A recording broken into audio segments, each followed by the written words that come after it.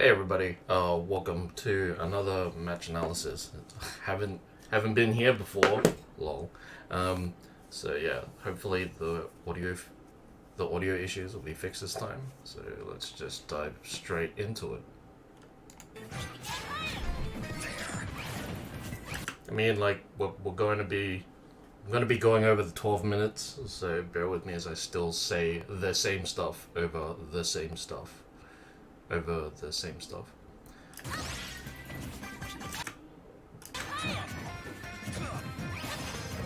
That's unfortunate. As we said before, you could have been aggressive here and followed up with an up air, but you wasted. I'd say that's just wasted initiative. Not following up that down air and running away. So yeah, be more aggressive here. Like try. Like if you land a hit, you want to follow it up with something else.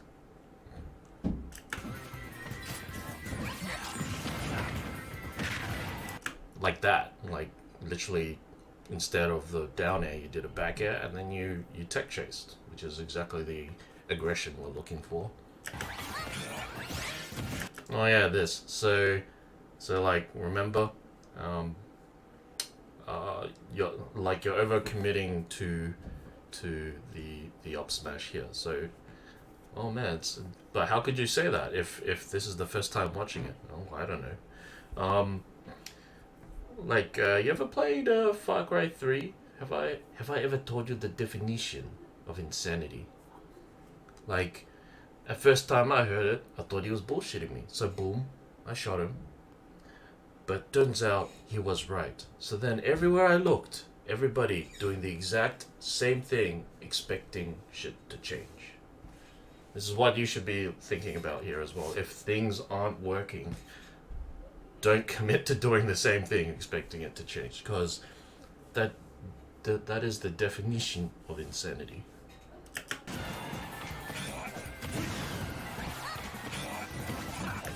A pretty insane move, not in the good way.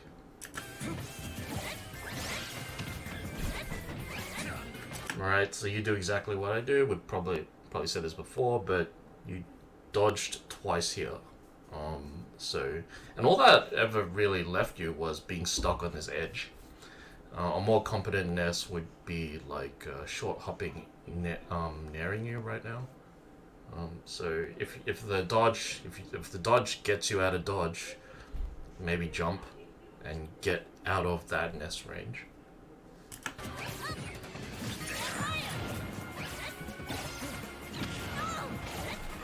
So like going back to here. So maybe you were anticipating the Ness coming into your space, and probably that's why you dropped the C4. So you could safely pull out a grenade. Maybe that was the play here. But the nest was like super far away, so should you have kept committing to that grenade knowing the nest wasn't hit by the C4? Something to think about. Nest is terrible, doesn't know grenade timers, so from this, right, like it was super obvious that you're pulling out a grenade, and from this you should be taking away that Ness is not very good with grenade timers. So exploit that, right? Like set up a lot of cooked grenades with varying degrees of rarity. So cooking a grenade is like cooking a fine steak. So some like it rare, some like it well done. Something to take away.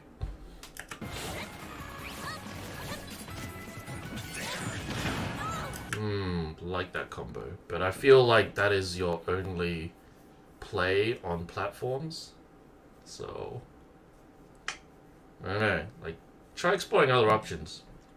And I feel like double building on a double building on a platform is like not doing you tactically it's overcommitting to a platform again, because you're putting down the C4 and the grenade. So why not just use one and then, put the grenade somewhere else so you cover even more of the stage? So something to think about. Maybe don't try committing to too much buildings on one single platform. Because after that detonation, that grenade was just wasted effort. Do more with less, is what I'm saying here. I like that zoning with the Nikita rocket. You forced him into magnet, and then followed up more teched with a dash attack. So the thing here is like, could you have done in because you landed the dash attack and that's good. Could you have picked another option that would have been even more like punishing? Maybe a grab into a tech chase might have gained you a lot more. Or if you do commit to this dash attack, like how are you going to capitalize even more of this situation? It might, like the way I play is as soon as they off stage, I start like mining the entire stage because I'm not very good with spiking off edge because fares are just really hard to land. So either I'm mining up the entire stage or like following up with the Nikita rocket. So I hope to see one of these things. I hope you just don't run away and give away the initiative. Right, cool. So you're choosing to go for the Nikita rocket. Hopefully you land this. And so you dodged out of the way. That's fine. Followed up into up air. That's good. So you got a kill.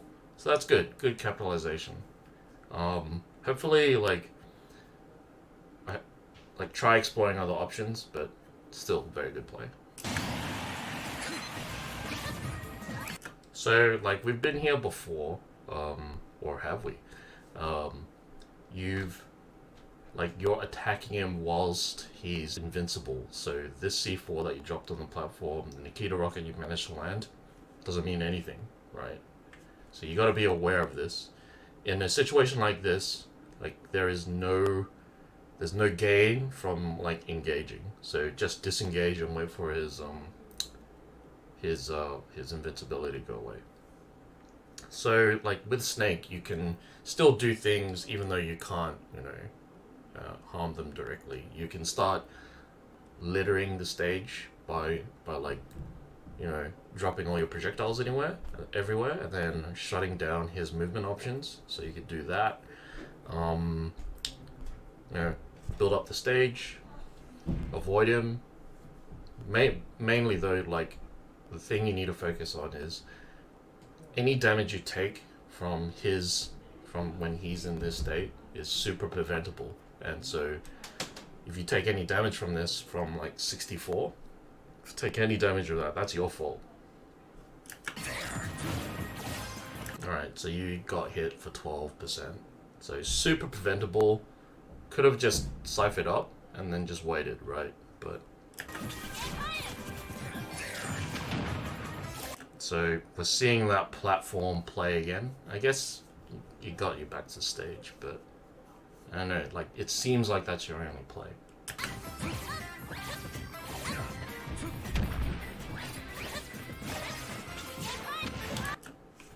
I'll see that trade again. Nice. So, like, after landing the down air, you didn't chase. You decided to pull a grenade instead. It's an okay mix-up, but maybe another option you could have taken was to chase him and follow up with an up air. I think that offers a lot of pressure. Yeah. But if you're like me and you're like super scared to go in and you are like more of a projectile thing, maybe with that, drop some C4, take some of the stage.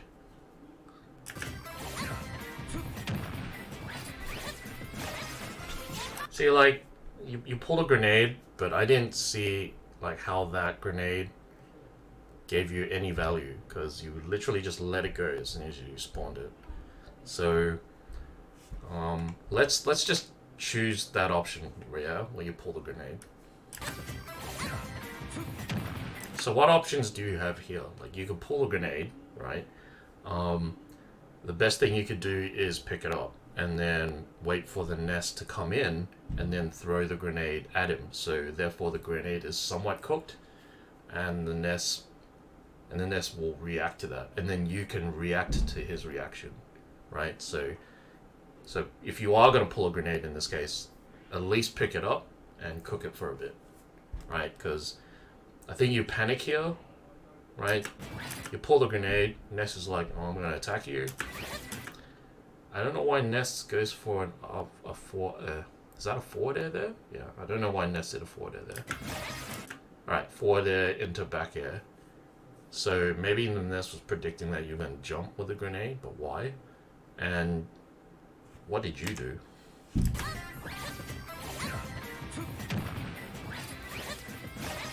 Okay, so you pull a grenade, I think you panic, and then you throw, like, you just let go of a light grenade toss. And it's not even cooked properly, so the Ness can just run past it twice before getting hit. So yeah, my advice here is if you are going to go for that grenade option, Ness is too fast to hit that grenade, I guess. And when you reach higher levels of play, people are going to have tighter control on their movements. So you can't really rely on that light toss to be hit by that fair. And that fair has a really tiny hitbox anyway. So like as long as they don't hit the grenade, it's not going to detonate. So having said that, you can't rely on people hitting that grenade for you. You have to force it. And the way to force it is to cook it. So here, consider picking it up and then cooking it for a bit and then throwing it back at him. Because like throwing a cooked grenade is just like, it's pretty much adding on another hitbox to whatever string you want to do. So like, let's just say dash attack. Having a grenade beforehand turns dash attack into a 2-hit combo instead of a 1-hit combo. Or if you're doing like just jabs, right? It goes for a 3-hit combo into a 4-hit combo because you have a grenade on top of that. So, you know, holding that grenade gives you basically another hit to all of your attacks. So that's the way you should view it. But you need to cook it in the first place. Okay, so that detonates. I don't know why the Ness stood there. That's dumb. Ness just threw out like a PK flyer. Like, it seems to me like this Ness thinks a PK flyer it has the range of Nikita, which it doesn't. Or maybe the Ness is like we should start. I think we made this read before. But the Ness's only edge guard game is to PK fire it. It's like the Ness is super afraid of being attacked off edge. So if you know this, then you know you could commit to high recoveries as you're doing now, to get back on stage faster. So another thing in this match is you could start reading the Ness of what the Ness really favors. So at this point, I think the Ness is getting used to your projectiles. I haven't seen Magnet in a while, but because he did like mortars a lot, he started to magnet that. I think he tried to magnet your Nikita. So use those as distractions when you land the real hit, which is either a grab or a dash attack. Right? You can start reading the Ness in this fashion. The Ness is also not going to go to the edge when you're off stage. So that means you can basically guarantee that you're going to recover to the edge all the time because he's just going to PK fire it. So having that read, if you know he's going to PK fire, like what is the best way to hit him back? Maybe you'll recover high, so that's kind of the neutral option. But what you could do is that when he uses a PK fire, you roll into it off the edge and then hit him in the face. So that would be the aggressive option, and aggression is good. So consider doing that if you have reads on this Ness. Okay, similar plays, but the Ness was there. So, and you're following up into Nikita Rocket, so that's good. Okay, you used the explosion of the rocket to guard it, so that's good. So I also noticed that you're not cancelling your Nikita rockets. So if you cancel it, then rocket will go ballistic. So I think it's like, I don't know how many frames, but before it hits, it's sort of like the same timing where you shield the landing, right? If you shield the landing, I think you go into attack roll. It's like similar timing, right? If you cancel your Nikita rocket, you put away the bazooka faster, and then you can act out of it faster. This leads to you being generally faster because you're not committed to setting that Nikita to explode. So to make your Nikitas faster, like cancel it like a short while beforehand. So if you do it right and if your aim is good, like the Nikita will still go where you intended it to go anyway, right? So with good aim, good practice, good timing, you can basically act faster and generally be faster from launching Nikita rocket. Because if they get past the rocket, you do not want to be committed to still aiming that thing. So small improvement, try it. There are also like cool techniques you can do out of canceling Nikita rocket. So if you get really good at aiming and you tilt it just right, you can get like extra range out of the Nikita rocket by lobbing it. So I don't know if you want to see a video of that. I don't think there's a video out there yet, but it's something that I do. Like if I want to go like an extra like quarter of the stage, I just tilt it upwards a bit and then let it go ballistic. So I cancel it, and then as soon as you cancel it, the Nikita rocket like runs out of like boost, I think, and then it just goes ballistic. So it arcs that extra distance. So yeah, consider canceling your Nikita rockets earlier, so you're not committed to it. And it doesn't matter if the Nikita rocket like hits or not, right? The point is you've made a projectile trade, and by canceling it, you how do I put this into words? You make it less likely for them to trade back, because as we saw earlier, and we did the math on this, you trading with an up smash with a forward air, in fact, it did not even trade well for you, and it was still a massive. You did not profit from that massive investment, right? So it's just the economics of the game. You want to make good trades. So basically, trading damage. That's what you're doing. You don't want to spend too much of your health, like giving the opponent damage. So looking at this, the economics of this, you invested a lot of frames, aka time, into executing that up smash. The Ness just threw out a fair, which was a low investment, right? Because it doesn't take a lot of time to invest to throw out a fair, but you invested a lot of time to throw out the up smash. And even then, after all that investment, the Nest still came out on top, like by 2%, right? So think about these things. You want to trade well, and the best trade is not trading, right? It's where you can deal damage and you didn't take damage for that exchange. So coming back to the point is, if you do a Nikita is a big investment because it takes a long time to fire the thing, aim the thing, guide the thing, right? You can get a little bit of a return on your investment by canceling your rockets and allowing it to go ballistic, because once you're happy with the trajectory, just don't invest more time into it, and then start setting up the next thing, right? Start building the next big thing.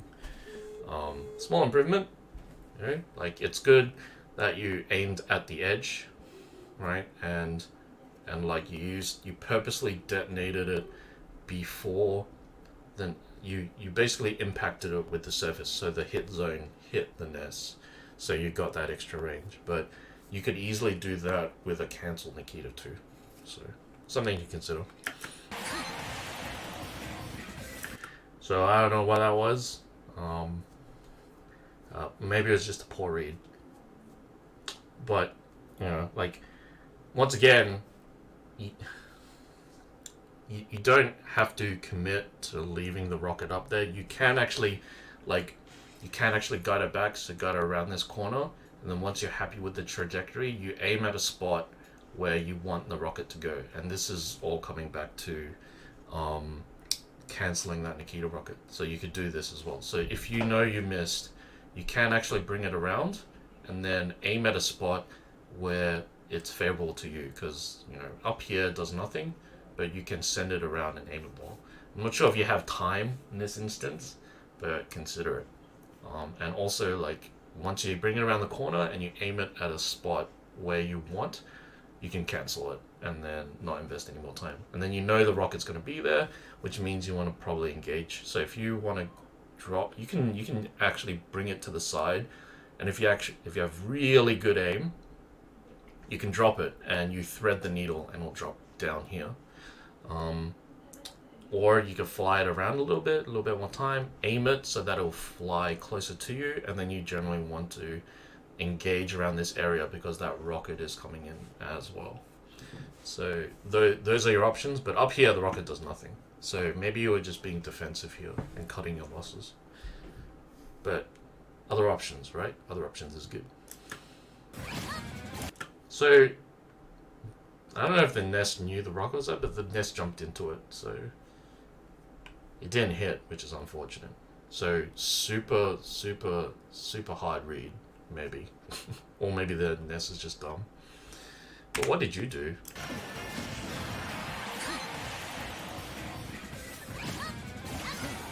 See, like, also know the stage.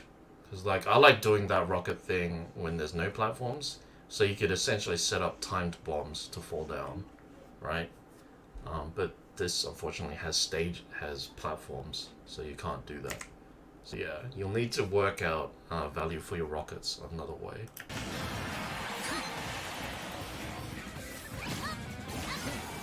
Okay, so you do a forward air? No, a forward tilt. So that nest was super far away when you did that forward tilt, so this could use some tightening up, right? You did a forward air, you tried to do another one. This could use some tightening up. Or if you're like antsy like me, just do some kind of dash dance and anticipate the forward air. But you got hit here, which is unfortunate. So what was that forward air for? Was it because you're anticipating him being really aggressive? Is that what it was? If that's the case, like, he didn't go for it. So when you're off stage like this, it could always be tempting to throw out a forward air, but like the other option is that you could pull a grenade and then use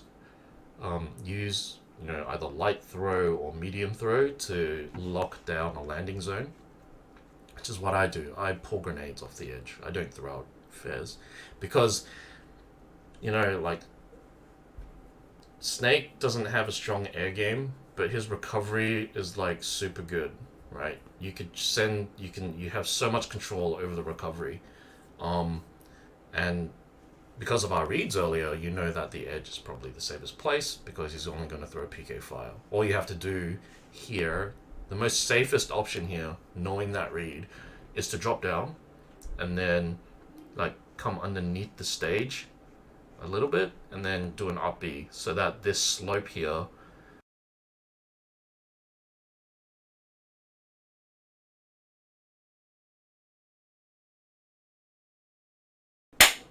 Welcome back. Oh man, I am having so much issues with the sound. Like, this is the 6th cut, so I'm getting really tired of this. So, oh my god. Alright, just letting you know how much effort I am putting into this, getting this information out to you, okay? Right, so here, right, you chose to do a forward air. And there are much better options. You can recover high and low from here. So if you want to go high, you do the C4 recovery, bring out another cipher. If you want to go low, you basically drop down, try to go for the edge. So either one of these approaches you can augment with projectiles to help you secure a landing zone. So if you choose to go high, which means you need to C4 covering, get a bit of health, but you get build enough altitude so that you can drop C4 onto a platform and secure a landing. Based on what the opponent does there, you can detonate as soon as you come down, you'll clear the landing zone and you'll be back into neutral. If you go low, before you dip down, use this altitude to do one thing, because you have enough time to do one thing. And in this instance, you chose to do a fair. You didn't really do anything because you're probably expecting a more aggressive nest, But if you took into account by what you saw, and read into what you did before, it's most likely this nest is going to PK fire you as an edge guard game, right? That's something you should take away. So if you're expecting that, you'll have a higher chance of capitalizing here, even though you're in a bad position. So knowing that, fair should be at the bottom of your list, right?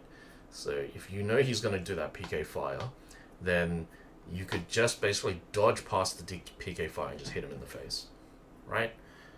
Simplest solution.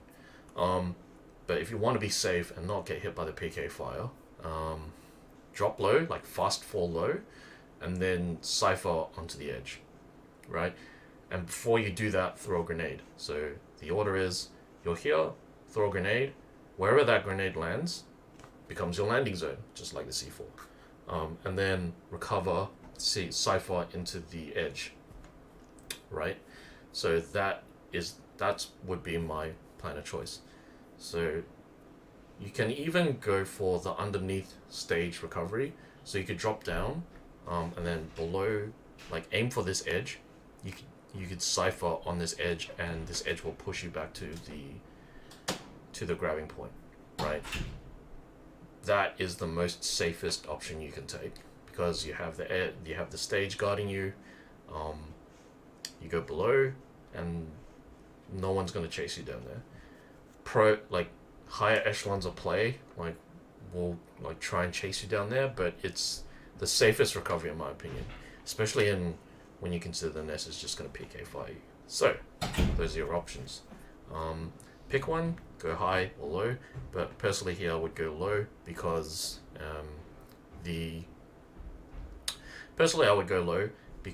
if you go high, you're just trading a bad situation for another bad situation, which is you're trading this offstage situation for a high ground situation. And a competent nest would be able to perfectly time PK fires, or PK pulses, and that goes up, I think.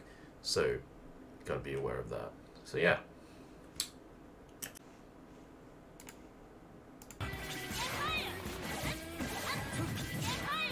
Okay, so I like the dodge back onto the edge, but I have a feeling that this is like your only game plan. Like you don't know any other recoveries. So think about what I said and start practicing those. Like especially like the below stage approach could be a lifesaver someday. Oh, and maybe throw some C4 practice recoveries on top of that. So yeah. The C4 recovery, just as a tangent, C4 recovery will work at any percentage, right? So if you think about it, let's say you're at sudden death percentage, which is 300%. One sneeze will kill you. But out of all the recoveries, like C4 recovery will get you back on stage no matter what percentage you are at, even at 999, right? Because if you C4 recovery into the stage and then tech the impact, you'll still be alive, right? Something to think about. So definitely put it on your list to learn. C4 recoveries, definitely like one of my lifesavers at least. Getting back to this, something I want to point out here. So this is not with you, but I just want to break this down, right? So you're here, you grabbed edge, right? Nest has thrown out a PK fire. Watch what the nest does. That's one PK fire. So how many PK fires is that when you're like over here? I think you're like here, yeah. So one PK fire, two PK fires, right? I think he did also another PK fire to send you off the edge. So, do you see how insane that is, right? Like, you probably already caught on to this, but committing to the same move that didn't work is an insane option, right? Like, doing the same thing expecting shit to change. Not insane, just insane. So something to be said about your overcommitment to up smashes, right? And let's not kid ourselves. The first up smash you did there didn't work because Ness actually traded better than you did. So keep that in mind.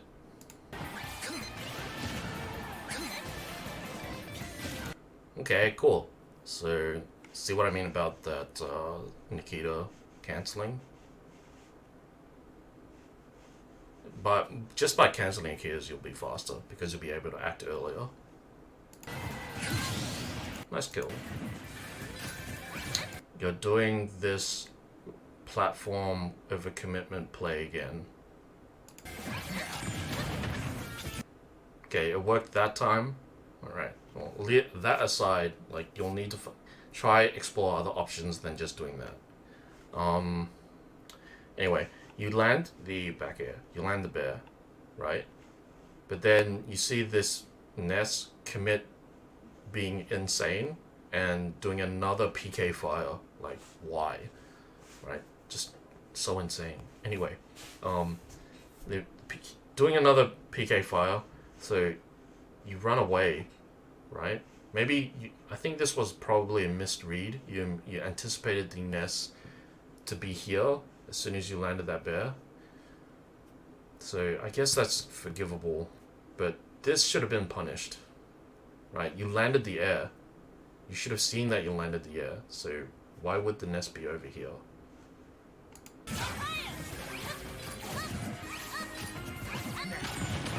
Okay, so you're doing this platform play again, dude, and this time you get punished for it. So mix this up. This needs to be mixed. It needs to be remixed, like Darude Sandstorm remixed. Please remix it.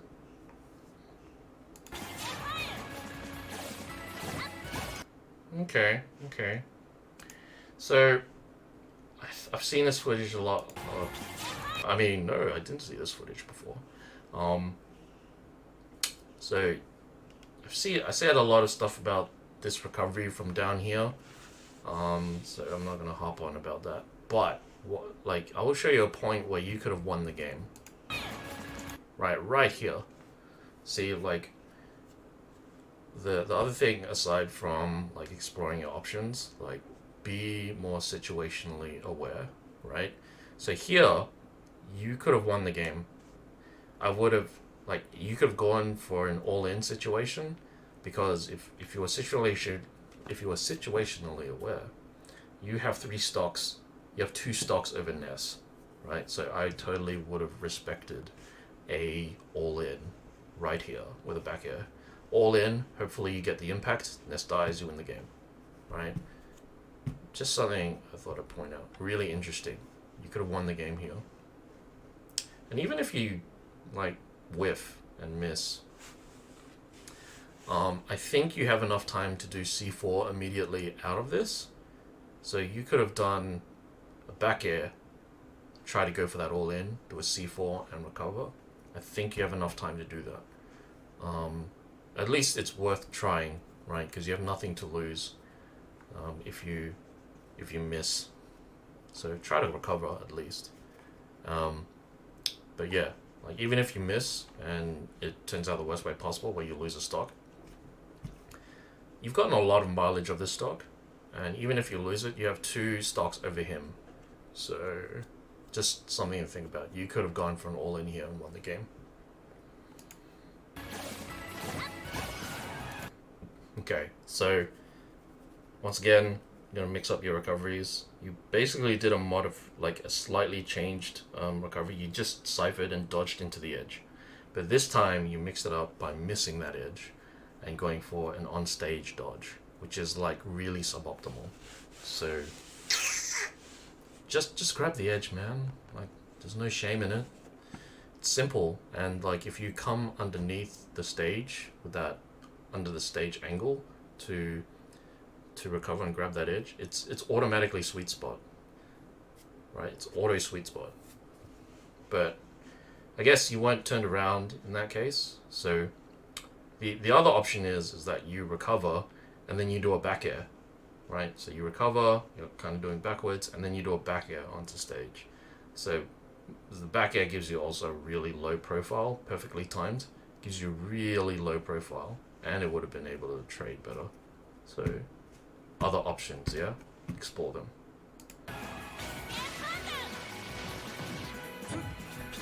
You're doing that fair again, dude. You're doing that fair again. Throw a grenade, something. See how easy it was just to grab that edge? Okay, so good follow-up. Nothing too much here, and my favorite point in the game. So you win the game.